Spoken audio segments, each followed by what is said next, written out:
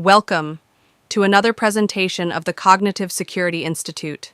The views expressed by presenters are their own and do not necessarily represent the views of, or endorsement by, the Cognitive Security Institute or any affiliated organizations.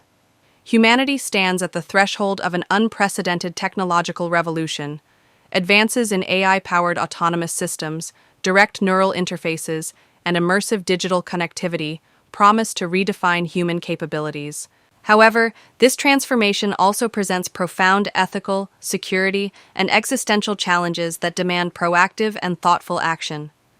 The decisions we make now will shape the trajectory of our species and determine whether we thrive in this new era or falter under its weight. You may learn more about cognitive security and how to become involved in this rapidly growing community by visiting our website at cognitivesecurity.institute. If you find these talks interesting, please like the video and subscribe to our channel. We hope that you enjoy this presentation. Anna Collard is the Senior Vice President of Content Strategy and Evangelist for KnowBe4 Africa, where she drives security awareness across the African continent. Collard founded Popcorn Training, which was acquired by KnowBe4 in 2018. Anna won the Global Cybersecurity Women of the Year Award 2023 in the People's Choice category, Women in Tech Innovations, throughout Africa. 2020 Award for Southern and Central Africa, featured in the top 50 women in cybersecurity. Africa, 2020, and Top 100 Influential Women in Tech 2024 in South Africa. Anna is a member of the World Economic Forum's Global Future Council on the Future of Metaverse for the 2023 to 2024 term, as well as a member of the World Economic Forum's Bridging the Cyber Skills Gap community. Collard also sits on the board of the MiDO Cyber Academy Program, aimed at underserved communities in South Africa to bridge the cyber skills divide. Hello, this is Dr. Matthew Canham, the Executive Director of the Cognitive Security Institute.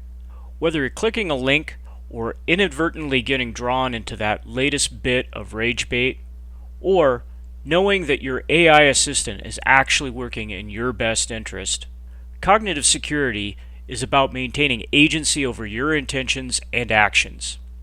Anna Collard's foray into mindfulness sheds light on how we can ensure that we act with intention by deliberately taking actions. We hope that you enjoy this presentation to the Cognitive Security Institute. Yeah, thank you so much, Matt, and thank you everyone for taking the time to listen to me today. I'm really personally very much into this topic. And before I go into the actual talk, just a little bit about myself. I work for a company called KnowBe4, and we specialize in security awareness training. In fact, I actually had my own security awareness training called Popcorn Training. That was acquired by KnowBe4 in 2018, and I've since stayed with the group. It's been a great journey, and I'm not going to bore you with my profile. You can read up all about this on LinkedIn, but I think what I do want to just say here is that, first of all, I work for a security awareness company. Secondly, I've been in cybersecurity for like 22 years, and I spent the better part of the last 10 years just in the sort of human side of security, creating awareness training content, doing lots of awareness talks, and I'm really someone that shouldn't be falling for phishing emails, but that's exactly what I did. And if I take you back about 2 years, and sorry, Matt, you would have heard the story before, but I really like getting these talks about mindfulness started with a story that happened to me, and it is such a random incident, but it really impacted my whole life's trajectory. I think so, and that situation, or that incident happened that like I said, about 2 years ago. I was sitting in an Uber car and I was driving. So I'm based in South Africa, in Cape Town, and I was driving to the workshop where my car was in for a service. And this was already after dark, so it was, it's not the best area of town to be there as a female by yourself. So I was like checking outside, looking for any maybe characters lurking around. I was talking to the Uber driver. I was packing my bag, and at the same time, I was also checking my emails. And in that exact moment, I received this particular Uber phishing email, which was just a simulated phishing email, wasn't a real fish, but and I still don't know how our IT department or the security guys managed to get that timing so right. But and if you look at that, I don't know if you can read it on your side, but it's really a very sort of non-sophisticated, quite common, using like a low-grade form of fear or pressure to update my details kind of fish. Which if I looked at that at the office, I would obviously reported it or ignored it. But in that moment in the Uber car where I was doing a million things at the same time, somehow I clicked on it. And then as like a consequence to this, or punishment, however you want to call it, I then had to do a remedial training, which was actually a training program that I've developed myself a couple of years ago called Spot the Fish. And the irony with this is that I really didn't need to be trained more in how to spot phishing emails. Like I know how to hover over links and what to look out for. But what was really interesting is that the security guys also sent out a survey where they asked me, what were you doing when you failed this test? And I said, well, this is really interesting data because theoretically, I shouldn't be failing these tests, and neither should my colleagues, because we work for KnowBe4, right? Like, we sell this stuff. We shouldn't really be failing phishing tests, but we do. And you can see here that when I asked them to share the data with me, half of my colleagues, or 53%, fail these tests, not for a lack of training, because believe you me, like, we get trained, like, to hell and back. Like, we get fished twice a week, and we have to do these training programs all the time. But we fail these tests because we're busy multitasking, or for various of other reasons. And that really is why I started this journey into looking into this in a bit more detail. And I looked at, is there other research out there perhaps, and I found a report done by Tessian. I believe they're also like a security awareness company, and they brought out two reports, actually, one in 2020 and another one in 2022, where they looked at not just simulated phishing but actual phishing scams. And in that report, they said that, again, about 50%, or half of the cases, distraction was the reason why people were falling for a phishing scam. They also, what I found interesting in their report, they also made a couple of other sort of statements, like 50% of the online errors or human errors that people make are due to stress, or because they're tired, we're working too quickly, burnt out, distraction, etc. And that really then led me to say, well, I want to look at that more in an academic fashion. Like, I'm really interested in this, and I happen to also be really interested in mindfulness, because I am a yoga teacher, and I feel that the practice of mindfulness brings so many benefits to a lot of areas in our lives, including our online behavior. And that was like sort of the hunch that I had, or that feeling that then said, well, I want to, it's, we're data driven. It can't just be a feeling. Let's look at this. And that led me into doing a master's in cyber psychology, and then writing the thesis about that particular topic. And this is what I'm going to share with you now. And I'm not just going to share the thesis, but I'm also going to share some on the ground experience, because I was lucky enough to have some amazing customers. One is a local bank called NetBank that have been on this journey with me for the last 18 months. And I'm going to share some of the findings that we had in an actual organizational environment with about 40,000 employees, where we implemented some of these interventions. So this is just very high level. That master's program was done through the University of Applied Sciences in Vienna. And the main research question in the thesis was, which mindfulness training techniques, as part of a wider organizational security awareness campaign, can assist users in defending against social engineering attacks? And the method was like literature review, as well as some qualitative analysis with 20 experts, both from cybersecurity and sort of security awareness practitioners, as well as experts in the more sort of behavioral and mindfulness areas or change management. And if I talk about mindfulness, a lot of people, when we have different kind of concepts in their mind. So if we have to define it, like the most popular one is maybe mindfulness in the stress reduction domain, like Kabat-Zinn, who really brought the concepts into the West and a more sort of accepted form, particularly for stress reduction. He says that mindfulness is paying attention to the here and now without judging it. So what he means with that is really just being present without creating a story in our minds around what's happening. So it's like total radical acceptance of the here and now. There's a couple of other definitions that I also really like.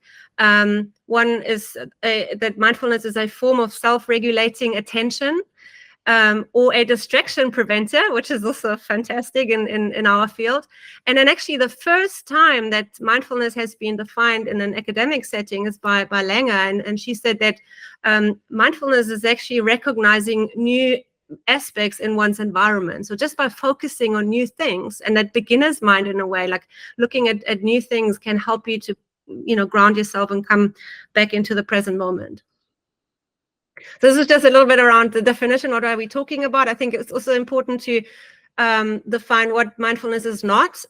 So it really is considered a state rather than an inherent trait, even though some personalities have a more mindful kind of personality trait. But mindfulness per se, and how we look at it in this context, it's really a state rather than a personality trait.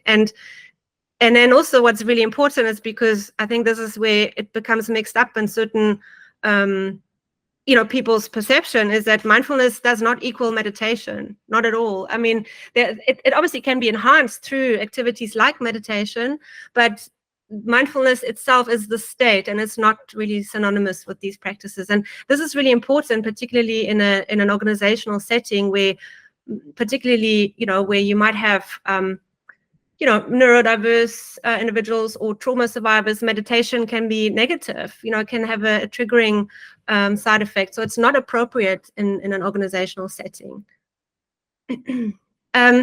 Okay, so what I wanted to do first in the research was to look at, well, before we look at mindfulness as a potential antidote, let's first look at what does make humans susceptible. And based on my own little, experience, which is obviously very, subjective, but I sort of thought, well, it must have something to do with multitasking. It definitely has something to do with, heuristics and the whole system 1 and 2 thinking, and then probably emotional regulation. Those are 3 major areas that I think affect humans and their online behavior, and are also important factors in terms of phishing or social engineering susceptibility. But the cool thing is that obviously in the academic world, there's already a fantastic collection of susceptibility models out there that I read and that I used as a foundation. Most people that dabble in this space will know about Vishwanath and the SCAM, or the suspicion, cognition, and automaticity model. That's really quite well known. And then there's a couple of other papers that were really useful. For example, the Molinaro and Bolton one, they used a sort of the double system lens model in combination with the cognitive continuum theory to understand the relationship between cognition and phishing susceptibility. And I mean, the lens model is used to describe decision-making and judgment, comparing the cues that people get from the environment, whereas the cognitive continuum theory suggests that, our judgment falls on a continuum between automatic, intuitive, to more rational and analytical thinking. And their study said that an analytical approach was the most suitable type of categorizing emails and to reduce your phishing susceptibility, which makes sense, right? Like to look at things analytically, or system 2 rather. And then Musawa and colleagues wrote a paper where they looked at the elaboration likelihood model that involved testing 25 hypotheses and investigating the roles of cognitive processing and threat detection. And what they found is that the ability to detect threats and spotting phishing attempts, again, is when people use the analytical functions. So rather than automatic or heuristic behavior. Then the Young et al. Or Young and colleagues, a multidimensional phishing susceptibility prediction model, which is like a mouthful, they actually found that that there's a correlation between. So what they did is they used machine learning to look at different sort of factors that can predict how likely people fall for phishing emails. And what they found is that there's a particularly high connection between people's personality traits, extroversion and susceptibility. I find that quite interesting because a couple of years ago, I also looked at personality traits and phishing susceptibility. And the reading that I did then, this was 2018, was more related to neuroticism.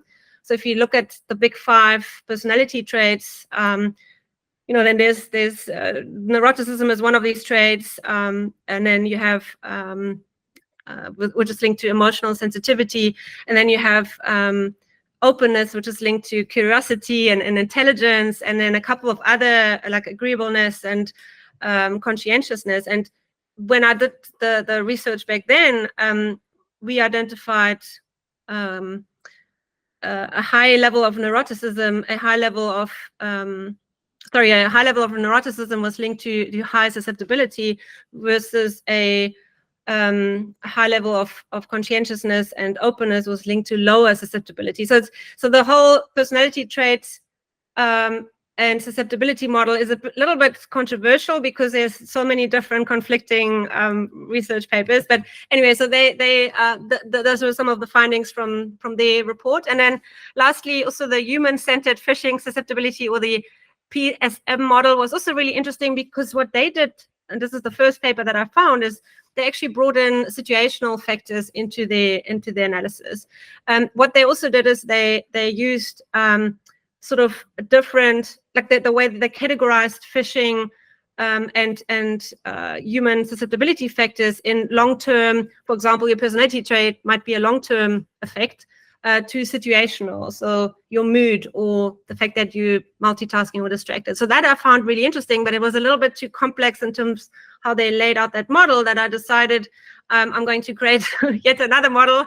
I didn't give it a name. I just wanted something simple, and I created these 5 categories that I just then grouped these susceptibility factors into. And those categories are cognitive, behavioral, psychological, situational, and demographic. And what I did then is sort of just group what I could find in the literature into these subheadings, if you want to call it that way. And if we take this back to my story, where I was sitting in an Uber car failing a phishing simulation test, definitely what happened from a cognitive point of view, in my case anyway, was that I was in system 1 thinking. My brain looking at an Uber phishing email on my phone, being in an Uber car, sort of jumped to the conclusion this must be legit. There were a couple of cognitive biases at play for sure. I was not in a high attention critical thinking state. I was probably mind wandering. There was some impulsivity at play, and my attention was definitely not where it should be. And by the way, attention and vigilance decrement is so interesting that I find, in general, like we only have the ability to concentrate really strongly for about 10 minutes, and then vigilance decrement kicks in. And under cognitive factors, there's also the whole cognitive biases, codex that falls underneath it, which is about 200 documented cognitive biases that impact our behavior. And from a security point of view, the ones that I just wanted to highlight our confirmation bias, bias blindness, the fact that we often don't know that we are that we are impacted by a bias. Optimism bias is that sort of belief that bad things don't happen to us, they only happen to others. Authority bias often gets exploited by social engineers, pretending to be the CEO or something. Truth bias, I thought, was also interesting, is that humans have the tendency to first trust and believe something is the truth rather than mistrust. Although that is also dependent on the culture that we're from. Like certain cultures, and I think South Africans are probably more mistrusting because we have so much crime here. So certain cultures are more mistrusting than others. And then there's a couple of other cognitive biases that apply. I also really like the Dunning-Kruger effect, that's sort of the overconfidence, like people think they know more than they really do. That apply. And then the next one out of those 5 categories is behavioral factors. Again, if I apply this to my story in the car, I was definitely multitasking. I was listening to the driver. I was looking outside. I was picking my stuff. I was not single tasking or focusing on one thing at a time. I was probably also very much on autopilot. It's something that I've become much more aware of, that instant kind of checking your phone all the time without actually mindfully not doing that. And then the access method, just using a phone, makes people more susceptible to social engineering as well, for various reasons. One, because we're probably out and about and multitasking, but also because it's just a form factor that we haven't really been able to do the same checks that you do on a bigger screen, as well as there's like this inherent trust again that, it's on my phone, I can't have a virus on my phone, that kind of belief. So it's quite interesting how those behavioral factors also come into play when we talk about susceptibility. And then psychological, again, personality traits, I've already touched on that.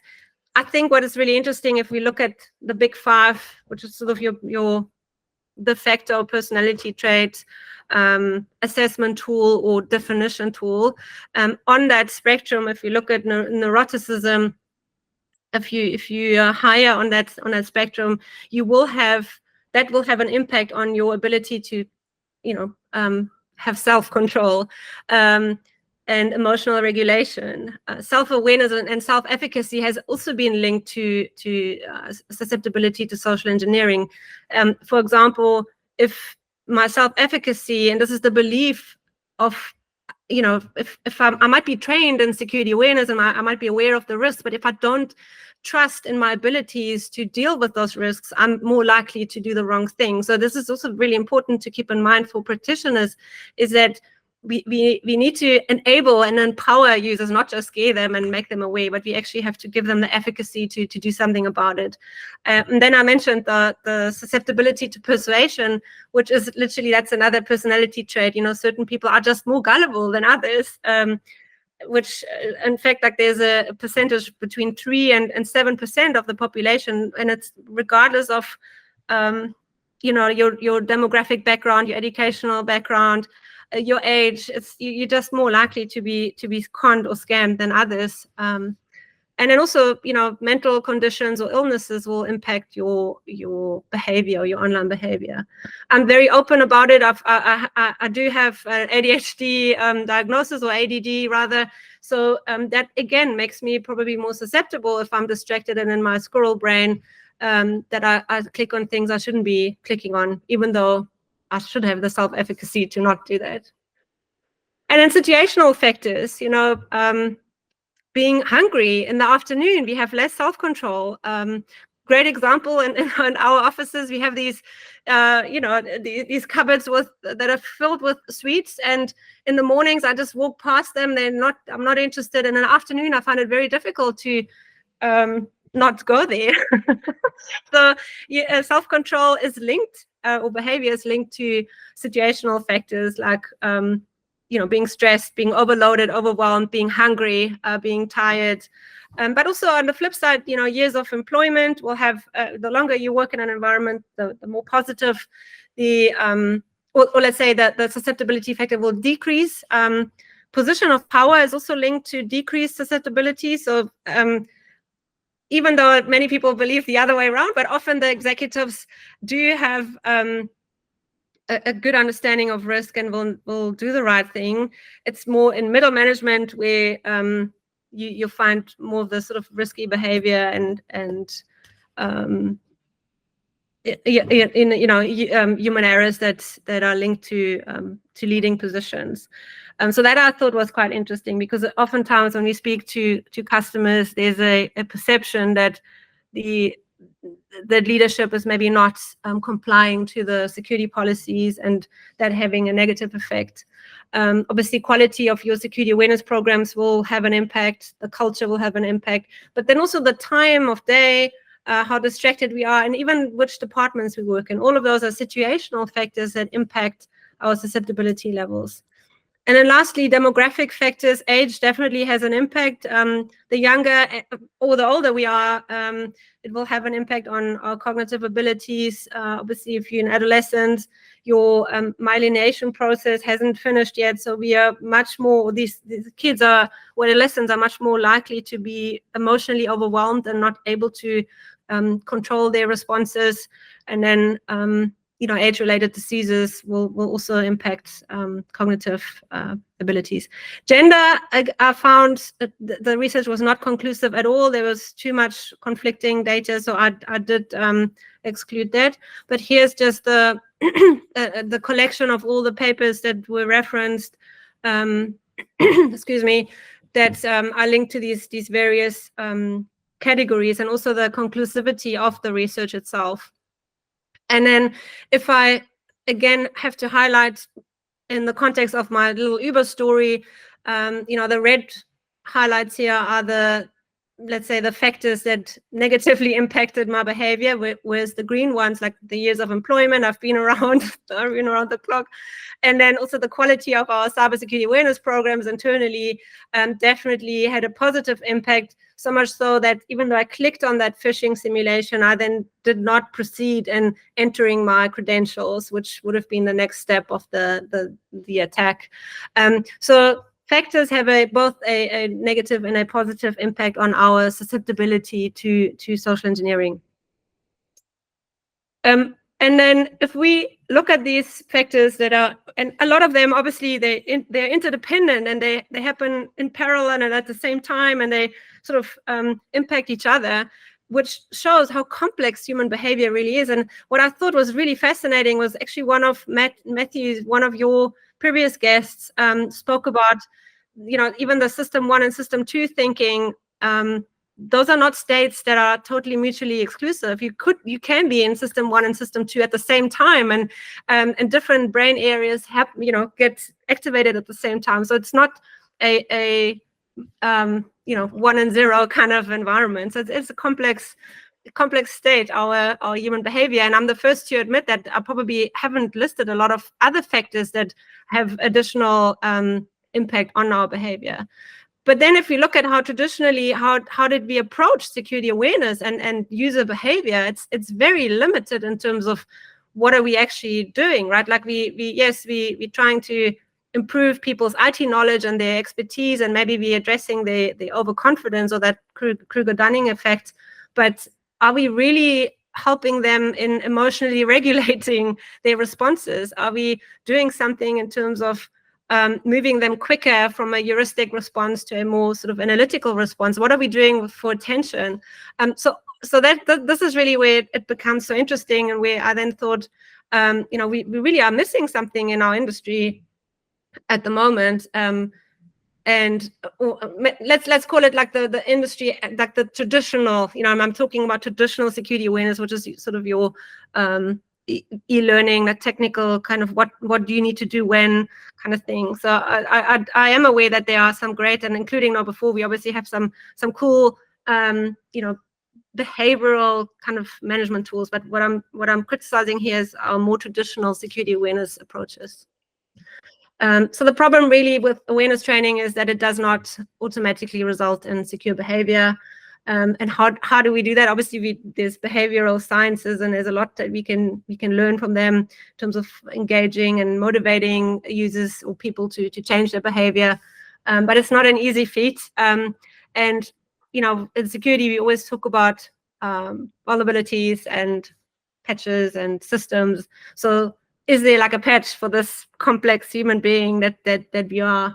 And that's really where this theory of cultivating a zero trust mindset through mindfulness practices, I believe, is such a critical approach nowadays, particularly, and I'm not just talking about social engineering in like, internet scams, etc., but it also refers to things like disinformation, misinformation, anything nowadays. If you throw deep fakes and all of those good things into the mix, it's very difficult to trust whatever you get exposed to. So by developing a more zero trust kind of mindset, zero trust obviously being in the security industry quite an acceptable term that everybody understands.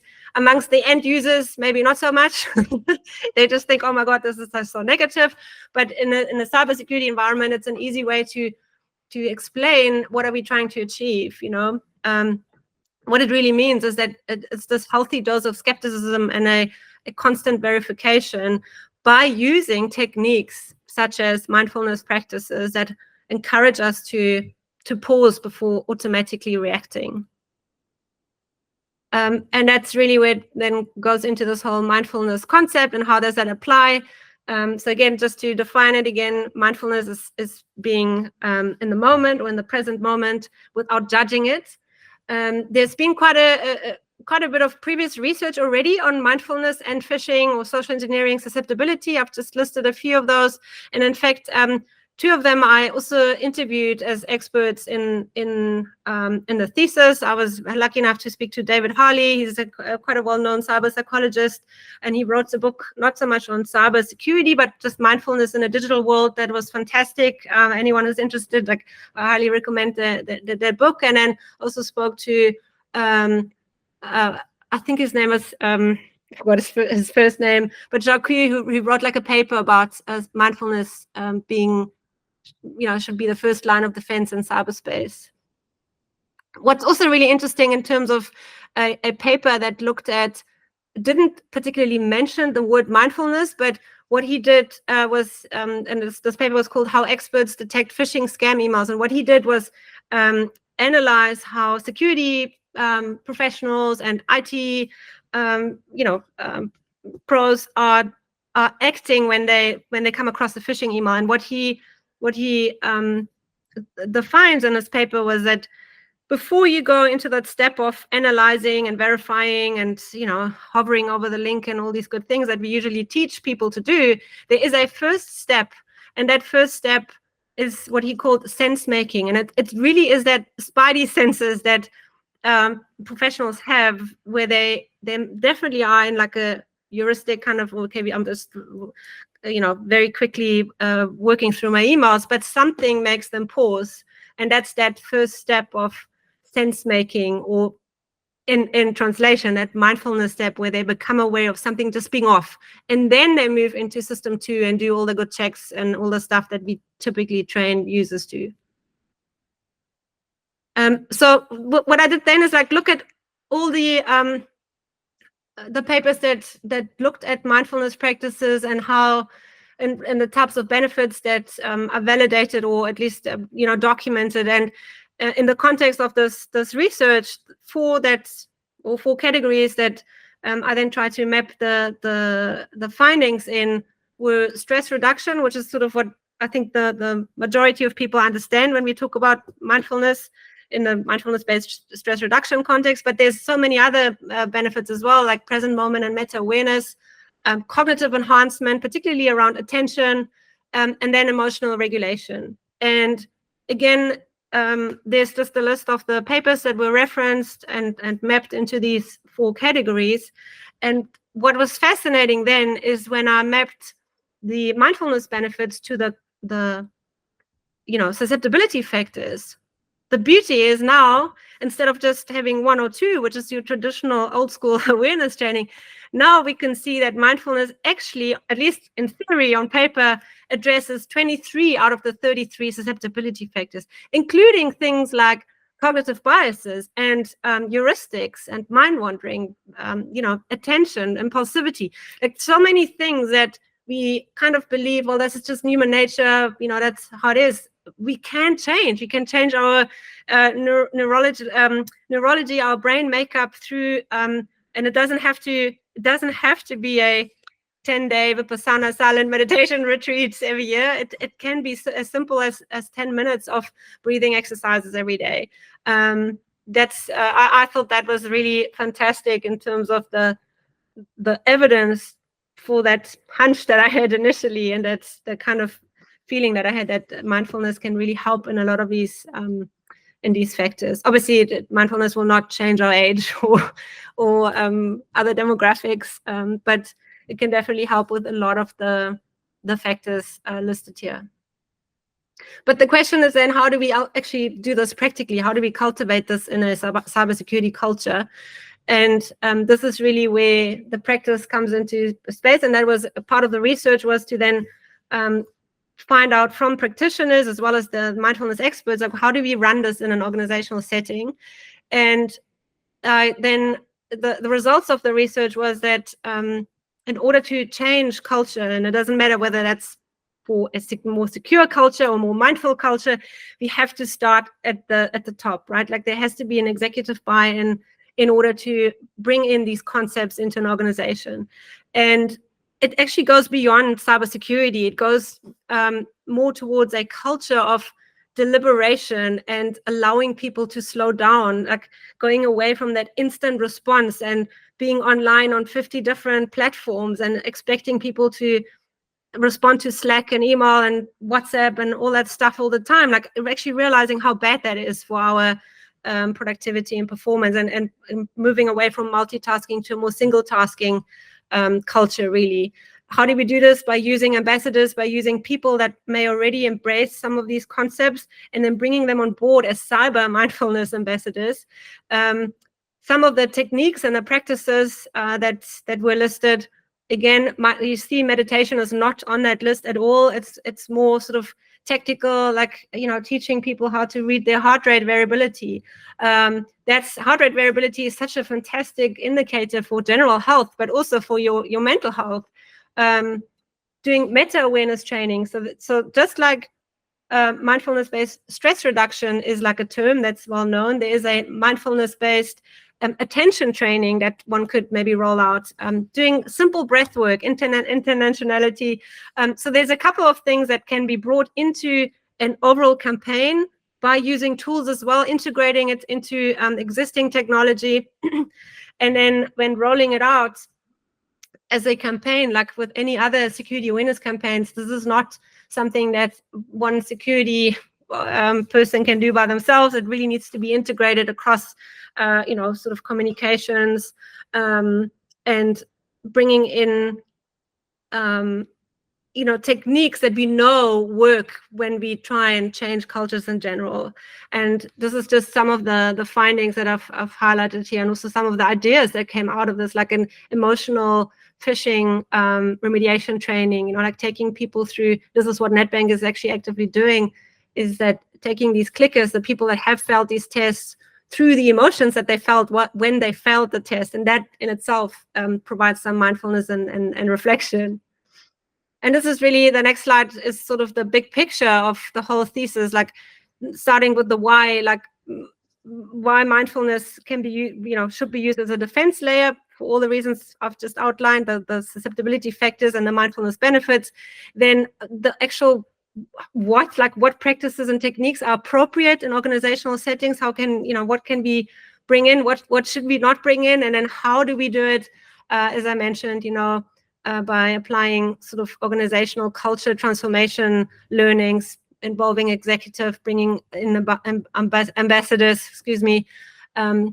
also as an organization, offering these mindful spaces, offering times for people to embrace these concepts, and then working across cybersecurity as well as your communications and your, if they have, your HR and corporate wellness teams. And this has been really successful in this NetBank case study. Some challenges I've already mentioned: meditations are not appropriate for organizational settings. It can be really triggering for trauma survivors. A better way is to bringing in mindfulness through the senses, really asking people to focus on what they see, what they hear, what they smell, what they can feel, rather than doing some, sort of deep introspection. Sometimes the term mindfulness can result in skepticism. So the zero trust mindset or cognitive resilience, cognitive security are better terms in certain cultures. We have to combat this misconception of time poverty, people saying they don't have a minute to do a breathing exercise, and then using ambassadors to influence across different organizational levels. And this is really now, we are going to the practicality of things, and I have to give credit to Christine, who has become a close friend now over the course of this work.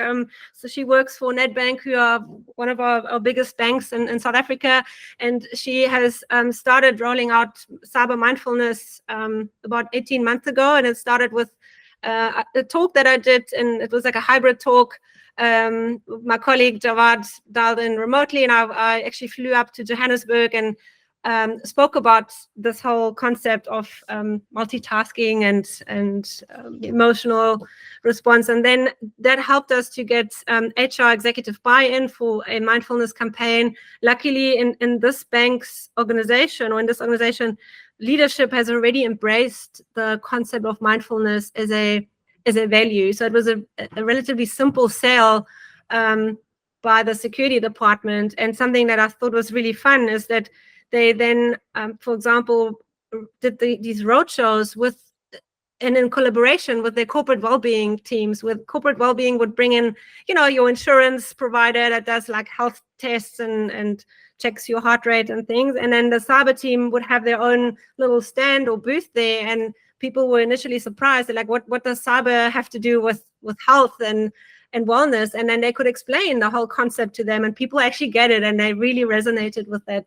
concept.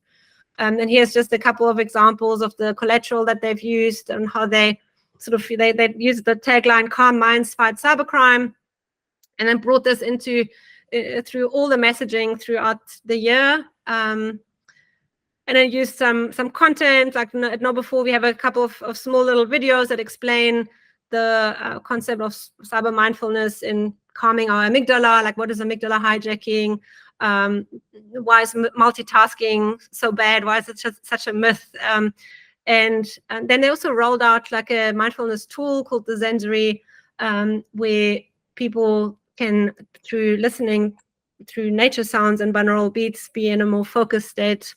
And yeah, this year we sort of started with the whole zero trust, the zero trust mindset communication.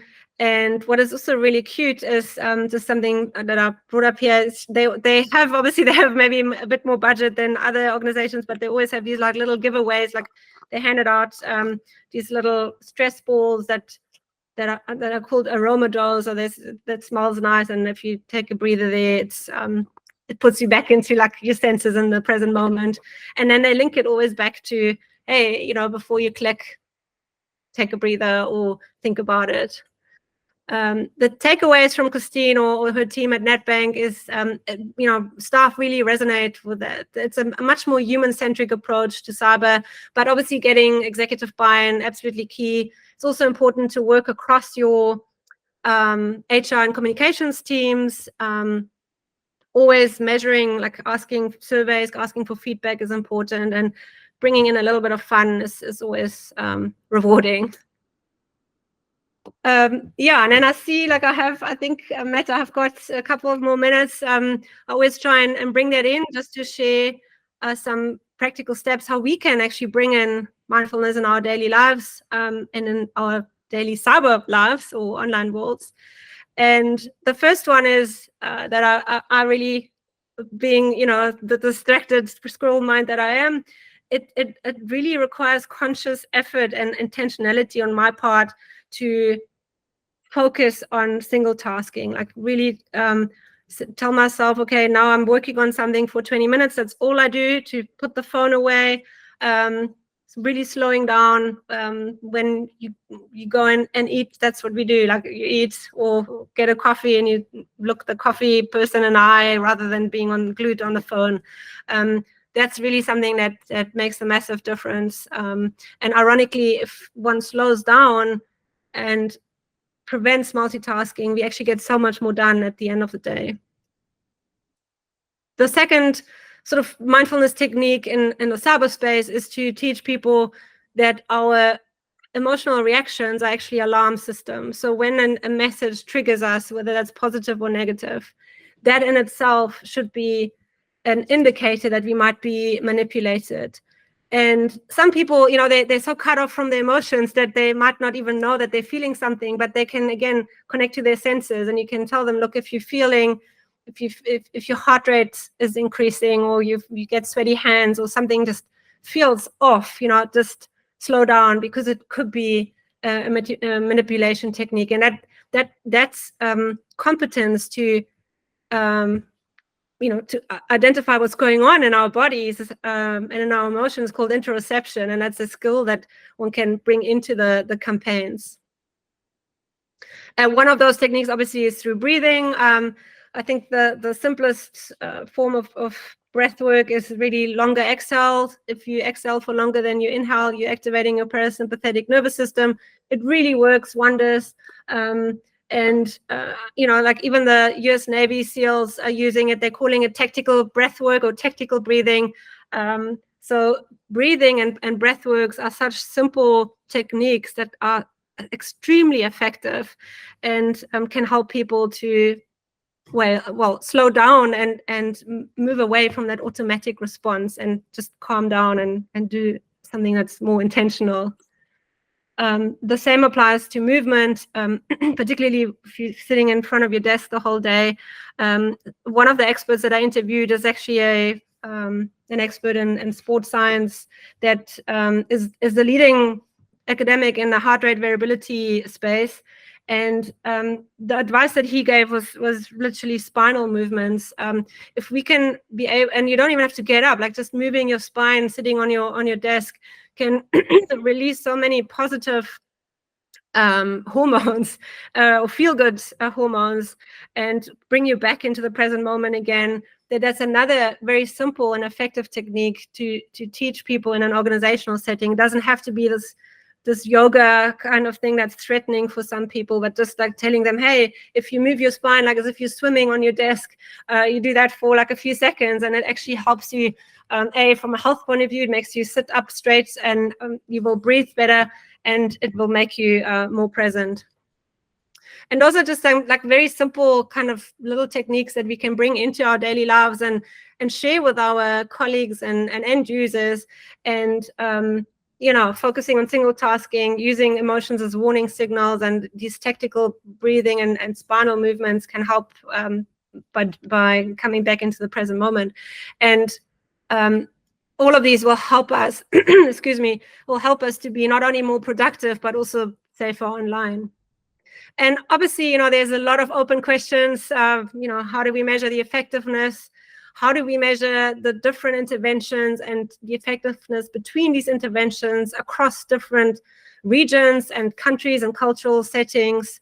It's really important to make some of these interventions custom or tailor-made to people's preferences. Also the sensory profiles is really important. Some people prefer listening to music, for example. Others like to smell something. Others like to move, and it's really important to be aware of those sensory profiles and then offering different interventions. Maybe we can look at how to integrate mindfulness techniques in cybersecurity tooling, like email gateways and sort of spam gateways, as well as in AI bots, like having these virtual assistants that remind you of being more mindful. Integrating mindfulness with traditional cybersecurity training, that's obvious. Maybe also comparing different applications and their virtual reality, because a lot of the VR space is actually the progress is happening in the wellness and the health health space more so than in the gaming space. So that could be an interesting research. But then also expanding it into other areas of cybersecurity, like how can mindfulness help? And we probably all are familiar with the stats in cybersecurity itself, with the mental health issues, and 40-something% of cybersecurity professionals struggling with burnouts and overwhelm. So that's another area where mindfulness can really be helpful. So from a scope of research, I think the sky's the limit. I definitely want to do more in this space and dig in much deeper still. And I'm excited about the future. And I would also love to hear from you what you think we should be looking at next. I did mention to Matthew that I would love to do a doctorate in this and really spend much more time at it and more detail on it. So I'd be very interested to hear your thoughts. And this is really, in summary, just again to reiterate, social engineers or criminals do exploit our human vulnerabilities or our susceptibility to these techniques. But mindfulness and these sort of zero trust mindsets and being present is really, I strongly believe, can be an antidote to this, and will help us to be safer online, and will also help if you think about children and how they have to navigate in this world. This is really something I think that should be taught as a life skill. And then ultimately, it will also make us happier and more productive and more focused and then safer online. Thank you so much. I think I made it in just in time. Thank you for taking the time to watch this presentation to the Cognitive Security Institute. You may learn more about topics in cognitive security by visiting us at cognitivesecurity.institute.